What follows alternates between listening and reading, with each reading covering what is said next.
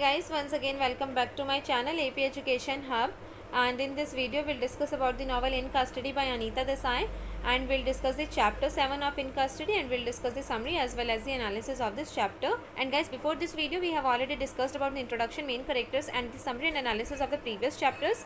So अगर आप लोगों ने वो सारी वीडियोस नहीं देखी हैं तो मैंने अपने चैनल पर एक प्लेलिस्ट क्रिएट कर रखी है BA ऑनर्स इंग्लिश, उसका लिंक मैं आप लोगों को डिस्क्रिप्शन बॉक्स में दे दूंगी, वहाँ जाकर आप लोग वो सारी वीडियोस देख सकते हैं. So without any delay, let's discuss about this chapter 7 of In Custody. So guys, Deven has a tape recorder now and he decides to choose such a time of a day for interview when the poet was most likely to be at home. So guys देखो, देवेन के पास हमने देखा last chapter में tape recorder आ जाता है. Mister Jain की shop से वो टेप रिकॉर्डर खरीदता है और इस टेप रिकॉर्डर के लिए उसको फ़ंड मिला है अपने कॉलेज से. सो गाइस यहाँ पर जब उसके पास टेप रिकॉर्डर आ गया है तो देवेन डिसाइड करता है कि वो नूर साहब का इंटरव्यू ऐसे टाइम पर लेगा, दिन में मतलब ऐसे टाइम पर लेगा जब नूर साहब के पास ज़्यादा भीड़ ना हो और वो घर में थोड़ा अकेले ही हो. हालांकि नूर साहब के पास कोई ना कोई होता ही है हमेशा, बट वो कोशिश करता है ऐसे टाइम पर जाने की जब नूर साहब घर पे हों, मतलब वो दोपहर का टाइम डिसाइड करता है. And Deven reaches to Noor's room. Noor asks him if he knows the latest calamity that has befallen his household. Imtiaz Begum is ill. So guys देखो, उसके बाद जो देवेन है वो नूर साहब के रूम में जाता है, मतलब नूर साहब के घर पे पहुंच जाता है देवेन, और उसके बाद वो नूर साहब के पास ऊपर उनके कमरे में जाता है. और वहाँ पर जो नूर साहब है वो देवेन को बोलते हैं कि क्या तुम्हें पता है हमारे घर में क्या हो गया, मतलब बहुत बुरा हो गया है. इम्तियाज़ बेगम जो है वो बीमार हो गई हैं अपने बर्थडे वाले दिन से ही, जिस दिन उनका जन्मदिन हमने मनाया था उसके बाद से ही वो बीमार चल रही हैं. Guys, Deven finds this news welcoming for at least Imtiaz Begum will not in his way. Deven tries to console Noor but is not convinced. Guys, Deven को ये न्यूज़ एक तरीके से बहुत अच्छी लगती है कि इम्तियाज़ बेगम जो है उनकी तबीयत ख़राब है, बिकॉज वो सोचता है कि इम्तियाज़ बेगम तो एटलीस्ट अब उन्हें डिस्टर्ब नहीं करेंगी जो हमेशा उनके रास्ते में आती रहती है इंटरव्यू के. और देवेन जो है वो नूर साहब को कंसोल करने की कोशिश करता है बिकॉज नूर साहब बहुत ज़्यादा परेशान होते हैं, बट नूर साहब इज़ नॉट कन्विंस्ड. लेकिन नूर साहब देवेन की कंसोलिंग से कन्विंस नहीं होते हैं और वो बोलते हैं कि उन्होंने इम्तियाज़ बेगम को हॉस्पिटल ले जाने के लिए भी बोला है, बट वो हॉस्पिटल जाने के लिए तैयार ही नहीं हो रही हैं. And guys, Deven considers hospital is a brilliant idea for she is can not disturb the point during the interview, but she refuse to go to the hospital. So guys, Deven hospital का idea को बहुत अच्छा समझता है. वो सोचता है कि हॉस्पिटल अगर चली जाएंगी इम्तियाज़ बेगम तो वो उन्हें डिस्टर्ब नहीं कर पाएंगी, पोइट को इंटरव्यू के दौरान डिस्टर्ब नहीं कर पाएंगी. लेकिन फिर उसे पता लगता है कि जो इम्तियाज़ बेगम है उन्होंने हॉस्पिटल जाने से मना कर दिया है. Then Devin brings the subject of interview and suggests that they can start. The poet agrees and muses philosophically that it is certainly time to start. Before time crushes us into dust, we must record our struggle against it. We must engrave our name in the sand before waves come to sweep it away and make it a part of the ocean. तो guys देखो, उसके बाद जो देवेन है वो interview के subject लेकर आता है बीच में, मतलब वो नूर साहब को बोलता है कि क्या आप इंटरव्यू के लिए तैयार हैं, और जो नूर साहब है वो बोलते हैं कि ठीक है हम इंटरव्यू स्टार्ट कर सकते हैं. और इंटरव्यू के लिए वो क्या बोलते हैं कि हाँ हमें इंटरव्यू स्टार्ट करना चाहिए, कि मतलब मेरा आखिरी टाइम आए, मैं मरूँ उससे पहले हमें ये सारी चीज़ें रिकॉर्ड कर लेनी चाहिए. And guys, when Deven informs Noor that he will record on tape recorder, poet says I am not one of those singing poets. So guys देखो, उसके बाद जो देवेन है वो नूर साहब को बताता है कि वो हर चीज़ को टेप रिकॉर्डर पर रिकॉर्ड करेगा. सो इस चीज़ से जो नूर साहब एक तरीके से फ्रॉनिंग हो जाते हैं और बोलते हैं कि वो कोई सिंगिंग पोइट नहीं है कि जो हर चीज़ को टेप रिकॉर्डर पर रिकॉर्ड करवाएंगे. Then Noor explains him everything and then poet says that he cannot recite his life story while his wife is lying ill.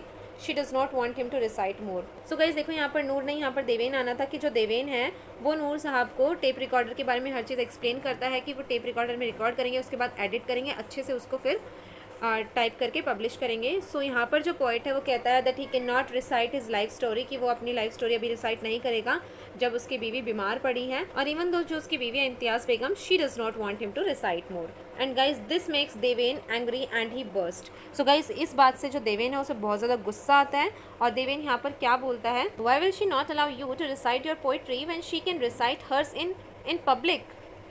We all come to hear you. Poetry lovers come only to hear you. Why does she stop you then? क्या बोलता है मुराद यहाँ पर कि इम्तियाज़ बेगम आपको कैसे रोक सकती हैं, वो अपनी पोइट्री भी तो करती है ना पब्लिक में. हम जो ऑडियंस हैं, हम जो पोइट्री लवर है वो आपकी पोइट्री सुनने के लिए आते हैं, तो वो आपको पोइट्री करने से कैसे रोक सकती हैं. और गाइस देवेन ये सब चीज़ें जो है वो बहुत ज़्यादा चिल्लाकर बोल रहा था. And then Noor Sahab tries to shush Deven and says that his time is over, he is old man now and people want someone young man, MAN. So guys यहाँ पर जो नूर साहब है वो देवेन को चुप करने की कोशिश करते हैं, मतलब इशारा करते हैं इस तरीके से जब हम करते हैं कि चुप हो जाओ, ये क्या बोल रहे हो, बगल वाले कमरे में ही इम्तियाज़ बेगम है, अगर उन्होंने सुन लिया तो सब कुछ ख़राब हो जाएगा। और यहाँ पर क्या कहते हैं नूर साहब, that his time is over, उसका टाइम खत्म हो गया है, he is an old man now, and वो अपना मजाक ही उड़वा रहा है because people want someone younger, की लोग जो है वो अब किन्हीं जवान लोगों की पोइट्री सुनना चाहते हैं। And Deven tells him with great passion that people still love him and want to hear him. Deven यहाँ पर क्या कहता है, ऐसा कुछ नहीं है कि आप ओल्ड हो गए हो, लोग आपकी पोइट्री सुनना नहीं चाहते हैं, लोग अब भी आपको प्यार करते हैं और अब भी आपकी पोइट्री सुनना चाहते हैं। And Noor shouts him down and says to keep his voice low. और गाइस नूर साहब यहाँ पर क्या कहते हैं देवेन को कि चिल्लाओ मत, अपनी आवाज़ धीमी रखो। And Noor tells him not to talk to him any more about this subject. और गाइस यहाँ पर नूर साहब क्या कहते हैं देवेन को कि अब तुम मुझसे इंटरव्यू के सब्जेक्ट में कोई भी बात मत करना। So guys Deven does not want to lose opportunity and tries to convince Noor. So guys Deven इस अपॉर्चुनिटी को खोना नहीं चाहता और वो नूर साहब को कन्विंस करने की कोशिश कर ही रहा होता है। Just then Ali the servant boy enters and tells him that Begum is calling him along with Deven. So guys देखो, जब ये देवेन कन्विंस कर रहा था पोइट को नूर साहब को, इतने में ही आ जाता है अली। अली जो है इनका सर्वेंट बॉय है और ये आकर बोलता है नूर साहब को कि इम्तियाज़ बेगम ने आपको बुलाया और साथ में देवेन को भी बुलाया है। सो गाइस देवेन इस बात से शॉक्ड हो जाता है कि आखिर इम्तियाज़ बेगम ने मुझे क्यों बुलाया है, वो बीमार हैं, उन्हें कैसे पता लग गया कि मैं घर में आया हूँ, इसका मतलब उनके स्पाई इस घर में है जो उन्हें हर चीज़ के बारे में जानकारी देते हैं। देन गाइस जब नूर और देवेन जाते हैं अली के साथ बेगम के पास, then she keeps shouting and asks Deven why he keeps coming here and tells him that he the poet will not recite for him. So guys जो इम्तियाज़ बेगम है वो देवेन पर चिल्लाती हैं और बोलते हैं कि तुम यहाँ बार बार क्यों आते रहते हो, और कहती हैं कि नूर साहब तुम्हारे लिए कोई भी पोइट्री नहीं रिसाइट करेंगे। और यहाँ पर वो नूर साहब को इमोशनली ब्लैकमेल करने की कोशिश करती हैं। वो क्या कहती हैं नूर साहब को, you may call your friends, call for drinks, sit and recite your poems, sing, let everyone clap and dance while I lie here dying। कि तुम बुलाओ अपने फ्रेंड्स को, ड्रिंक करो उनके साथ बैठकर, रिसाइट करो अपनी पोइट्री पोएम, और हर कोई तुम्हारे लिए तालियां बजाएगा जब मैं तुम्हारी वाइफ इम्तियाज़ बेगम यहाँ पर बेड पर मरी पड़ी हूँ एक तरीके से, और तुम्हें ये सारी चीज़ें करने को मन कर रहा है। तो इस चीज़ पर जो नूर साहब है वो कहते हैं कि नहीं, don't say such a dreadful thing, ऐसी बातें मत बोलो। और गाइस उसके बाद जो देवेन है, Deven comes out with some hope, Deven वहाँ से बाहर आ जाता है लेकिन उसके मन में एक होप होती है that he still can succeed in getting those recordings done, कि हाँ अब भी वो नूर साहब की रिकॉर्डिंग्स कर सकता है। और गाइस जब जा रहा होता है Deven, then Deven is called by Noor's first wife and talks about Imtiaz tantrum. So guys देखो, जब देवेन यहाँ से जा रहा होता है, एक तो उसके मन में एक होप होती है कि हाँ वो नूर साहब की पोइट्री रिकॉर्ड करवा लेगा, बिकॉज वो नहीं खोना चाहता इस अपॉर्चुनिटी को कि हाँ वो नूर साहब का इंटरव्यू लेगा। तो वो कॉलेज में अब एक लेक्चरर है and he is hoping to get a promotion, कि हाँ अगर वो इतना अच्छा काम करेगा तो उसे कॉलेज में प्रमोशन भी मिल सकता है। तो इसीलिए वो चाहता है कि वो हर हाल में नूर साहब का इंटरव्यू ले। और जब वो जा रहा होता है, जो नूर की फर्स्ट वाइफ है वो उसे बुला लेती है, और वो बुलाकर क्या बोलती है देवेन को कि जो इम्तियाज़ बेगम है वो अभी भी कोई टेंट्रम कर रही है क्या। तो देवेन इस चीज़ में घुसना नहीं चाहता है, उनका फैमिली मैटर था ये, और इसीलिए बस वो सिर्फ नॉडिंग कर देता है। और उसके बाद जो ये ओल्ड विमेन होती है, मतलब जो नूर की फर्स्ट वाइफ होती है, ये थोड़ी ओल्ड होती है, और ये यहाँ पर क्या कहती है, a fine actress that one, she used to be a dancing girl out there and she knows all the dancers' tricks. Now she's persuaded them she's really ill. It is always like that when she wants something from him. Always. She wants to get rid of you. क्या बोलते हैं यहाँ पर नूर की first wife की जो ये इम्तियाज़ बेगम है, ये एक एक्ट्रेस है, बहुत बढ़िया एक्ट्रेस है ये पहले एक डांसिंग गर्ल हुआ करती थी जो डांस करती थी सबके सामने, और इसे सारे ट्रिक्स पता हैं कि हमें कब कैसे क्या काम निकलवाना है। अब वो ड्रामा कर रही है कि वो बीमार है, बिकॉज उसे नूर साहब से कुछ चाहिए, और उसे क्या चाहिए कि तुम यहाँ से चले जाओ, तुम नूर साहब के ऊपर कोई भी बुक ना लिखो।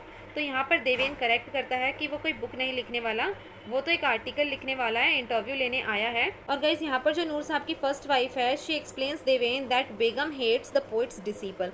क्या बताती है नूर की फर्स्ट वाइफ यहाँ पर कि जो इम्तियाज़ बेगम है वो पोइट के सभी डिसीपल्स या जो भी फॉलोअर्स हैं नूर साहब के, उन सबसे चिढ़ती है। सो गाइस यहाँ पर जो नूर साहब की फर्स्ट वाइफ है क्या कहती है, she says that Deven can take out Noor with him when Noor comes to visit downstairs to meet her. कि मतलब जब नूर साहब मिलने के लिए मुझसे नीचे आते हैं, तब तुम नूर साहब को लेकर बाहर जा सकते हो, और बाहर जाकर तुम उनकी रिकॉर्डिंग्स अच्छे से करवा सकते हो, कर सकते हो हर चीज़ record.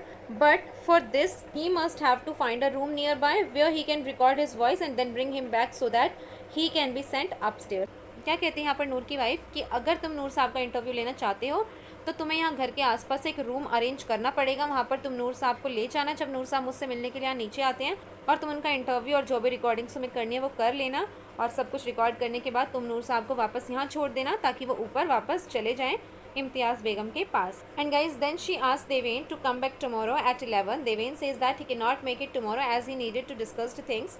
After making arrangements he will send her a message. Guys यहाँ पर ये क्या कहती है ओल्ड वीमेन, नूर की फर्स्ट वाइफ क्या कहती है देवेन को कि कल तुम सुबह 11 बजे आ जाना. तो देवेन यहाँ पर कहता है कि कल तो आना इट इज़ नॉट पॉसिबल, और कोई श्योर नहीं है कि वो कल आ पाएगा, बिकॉज उसे भी सारी चीज़ें डिस्कस करनी पड़ेंगी.